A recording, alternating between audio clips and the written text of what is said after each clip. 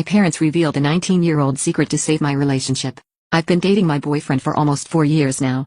Everything has been going amazing and I am in love. We got emancipated after high school and now own a nice apartment on the outside of a very small town and are soon to open a car wash together. Last week we were at a family reunion where the topic of my late grandmother on my dad's side was brought up and my father pulled out some pictures of her. My mother-in-law, my boyfriend's mom, freaked out and looked super nervous when she saw pictures of my grandma. Then she left the room for a few minutes while the topic continued. She later came back with pictures of me and my boyfriend's grandmothers, both unalive right now, together. The pictures led all the way to their late teens and early 20s, right before my dad was born. Apparently, my great-grandfather had an affair where he had my boyfriend's grandmother. And since my grandma was the oldest, they were raised separately, but were still related. My grandma and her dad kept this secret from the rest of the family. At least that is why we think no one else knew. So the math started. Our grandmas were sisters. That makes my dad and his mom, my boyfriend's mom, direct cousins, and me and my boyfriend are second cousins. Obviously, me and my boyfriend started to cry. I started to have a panic attack, and my mother-in-law was still in what looked like shock. But my parents seemed super calm. Eventually my dad snapped, quote, all right, we need to say something. You can all calm down. My name is not my biological daughter. They're okay to date. You're fine. I stopped crying, but only for a second. Then I continued, but this time yelling, what the F? What the F? What the F? Over and over. Still to this day, those 3 words keep repeating in my mind. Their story was that my mom and dad then broke up, then a few years later they reunited. My mom was 5 months pregnant when they decided to give it a try, with him promising her to give me his last name and care for me, which he's done a great job at. He was the one to sign my birth certificate, making me unrelated by blood to him, therefore unrelated by blood to my boyfriend. But my mom didn't want people to know that I wasn't really his, so she made him keep the secret for 19 years. This is so messed up on so many levels. I bought my boy best friend his dream birthday present to outshine his girlfriend. My boy best friend Tom, 25, has been one of my best friends since college. We're both in our mid-20s now and we're both currently in committed relationships with long-term partners. I've never had major feelings for Tom, nor has I don't think he ever had feelings for me. Since college, Tom has been a huge watch fanatic. 2 months ago, he was showing me this beautiful vintage watch, and made an offhanded comment about how he would die of joy if somehow he got his hands on this watch. Very coincidentally, I was in New York City a few weeks ago and stumbled upon this watch store that just so happened to have the exact one that Tom wanted. It was expensive, I won't lie, at about $2,500, but I decided to get it for his 25th birthday. To me, it was basically fate. My boyfriend and I do very well financially, so this was something that I could personally afford and wanted to buy for my boy best friend, especially knowing how happy it would make him feel. Tom has a tradition of hosting a dinner party at his house for his birthday and then following that up with cake and gift openings. I told him before dinner started that my gift was a really big surprise and asked if he could save it for last, which he agreed. His girlfriend ends up going first and she gets him this gorgeous sweater that was crocheted for him and a book that he's been wanting, which I thought was just so thoughtful and lovely. Last it was my gift, and when he opened it, and saw what it was, he literally screamed, hopped over a bunch of people, squeezed me in a huge bear hug. I was so happy to see him happy.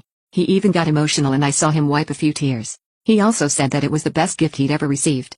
The whole time, his girlfriend was only slightly smiling and stayed quiet. When I woke up the next morning, I got a text from his girlfriend that essentially said that although she appreciated my thoughtful gift, she thought it was a bit out of touch and lacking awareness. She admitted that Tom had also told her about the watch a couple months ago and wanted to be the one to get it for him, but it was way out of her budget. She accused me of knowing this, I had no idea, and still getting it to rub it in her face and to outshine her.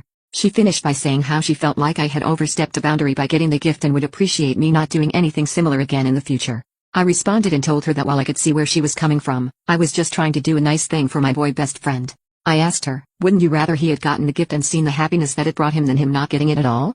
She responded that the happiness was only shared between me and Tom and no one else, and that she felt hurt by my actions. My boyfriend says that it's not my job to apologize for her insecurities.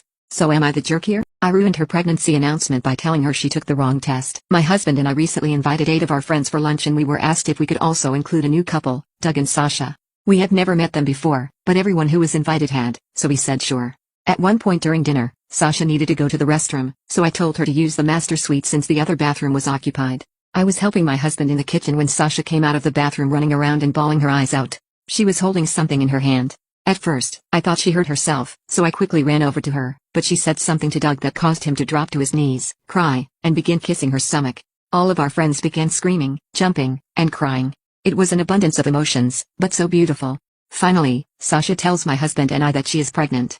Of course, we congratulate both of them, and then I give them a bag to safely put the pregnancy test in. I will admit, I did find it odd that she brought a pregnancy test and took it at a complete stranger's house, but I didn't want to say that out loud. Once everyone sat down to eat, Sasha looked over to me and said, I really hope you don't mind that I used one of your pregnancy tests. I just saw them and I had to. I couldn't resist. Looking at her confused, I responded, I don't have any pregnancy tests in the bathroom, or at all. Sasha says, yes you do, in your drawer.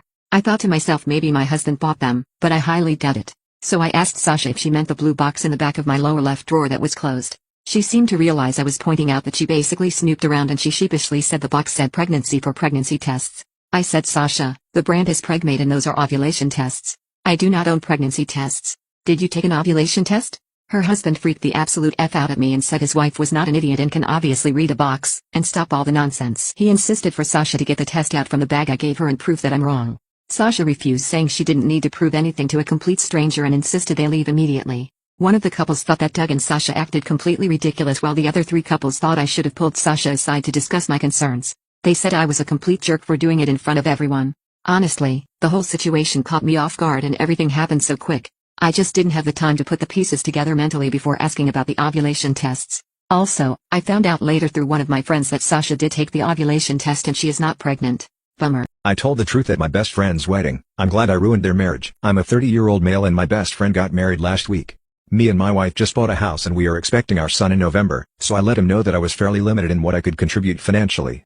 But I did tell him I would try my very best. So I went to the bachelor party in Miami. I paid the rental for my tux and paid for me and my wife's dinner at the rehearsal. I brought my gift of $300 that I was going to give them, but I'll get to why I later refused to give it to them. His fiancée at the time would text me multiple times per day with several updates. Fine, I didn't always respond and it got to the point where if I didn't respond at least once a day, I'd get a call from my buddy. She texted me for the following reasons. 1. My wife was not allowed to talk about our pregnancy, not even a word. She didn't want anyone to focus on that more than her, the bride. 2. She was not going to order any special foods for my wife. I never asked her to and neither did my wife. 3. I was not helping the groom enough. I had to help her with favors, seating charts, and programs. 4. She said if I was a true best man, I would offer to pay for the whole bar bill. I literally don't even know what that means. 5. She must read and approve my speech before the rehearsal dinner, and she had to be included just as much as my buddy, and to make things up if I had to. I was prohibited to include anyone but the 2 of them and no inside jokes or stories about my buddy that didn't involve her. 6. Her last text said to tell my wife to keep it together and not make a pregnancy scene during the wedding. Which she already said, but I guess one time isn't enough. Also, she wanted her to choose a dress that downplayed her pregnancy as much as possible, and to pick a dress that didn't look good because it will make her look better when she sits next to her. I was just so aggravated I spoke to my buddy to see if he could reason with her. He told me to just play along this one time, it's her day and to cut him a break because he'd be dealing with her nonsense for the rest of his life. The day of, all the bride and my best friend did is scold me, berate me, and just make me feel terrible about myself. I head down to the bar for the drink. The bride's mother is there and tells me to stop drinking because I ruined her daughter's day enough. That was the final straw for me. I didn't give them the card with the cash and in the speech I used my friend's exact wording about having to deal with her nonsense for the rest of his life. I wish him the best and told him I'd always be there for him, especially during the divorce. Fast forward and it's been 8 months now. I have pretty much lost all of my friends since then, and I was in fact not there for him during his divorce. My ex left me because I'm too fat. He just can't believe it when we meet again after 3 years. Brian was the hottest guy I've ever dated, dark, tall, and handsome. We met each other in college. I couldn't explain why, but he asked me out and initiated the entire relationship. A little about me, I'm 5 feet 7 inches, 220 pounds at the time. No makeup, no hourglass figure. I liked comparing myself to a blobfish. That's why I was more than unsettled when this conventionally attractive man, Henry Cavill type, was determined to get together with me. But he was not only good looking, but also really sweet in character. He tried to cheer me up and gently and understandingly motivated me to change my lifestyle a bit. He was very active though. Instead of telling me to eat less crap like my last boyfriend did, he would come over every weekend and help me with meal prep. He motivated me to do sports with him, be it for walks or lightweight training. I really believed that I had finally found the man who would give me positive encouragement and help me achieve goals that I didn't have enough discipline to reach on my own. Although Brian and I didn't have intimacy, that didn't bother me. Cuddling was enough for me. And even though I lost a few pounds after a year, I didn't feel comfortable posing naked before him. That didn't seem to bother him either. After a year, however, I noticed that he was changing. He grew impatient, harsh in tone. The routine formed over the past few months had been swept away. He came by less and less, and when I asked him for help because I wanted to learn new exercises, he snapped at me that there was no point anyway. During the conversation he got louder and louder. I asked him what I did wrong, and he yelled at me that I wasn't motivated enough, that he couldn't be with an ugly fat girlfriend, and that he left me. I was so shocked that I just asked him to leave my apartment. I then slipped into a deep depression. It was so bad that I sometimes couldn't even get out of the house. One of my college friends, Ivy, who had noticed that I was no longer on campus, finally stopped by to check on me. So I told her everything. So far, we've only had superficial contact. My real friends hadn't contacted me for weeks. Then Ivy told me she didn't know I was with Brian, because she had always seen him with other women. He went on dates at night and was currently dating a pretty blonde law student. I showed her pictures and texts with him by Brian because I knew she didn't believe me. Ivy was absolutely shocked. What she told me finally brought me down. Why had he put up with me when he'd rather be with other women, more beautiful women? After a few days I pulled myself together and returned to the lectures, determined to confront Brian.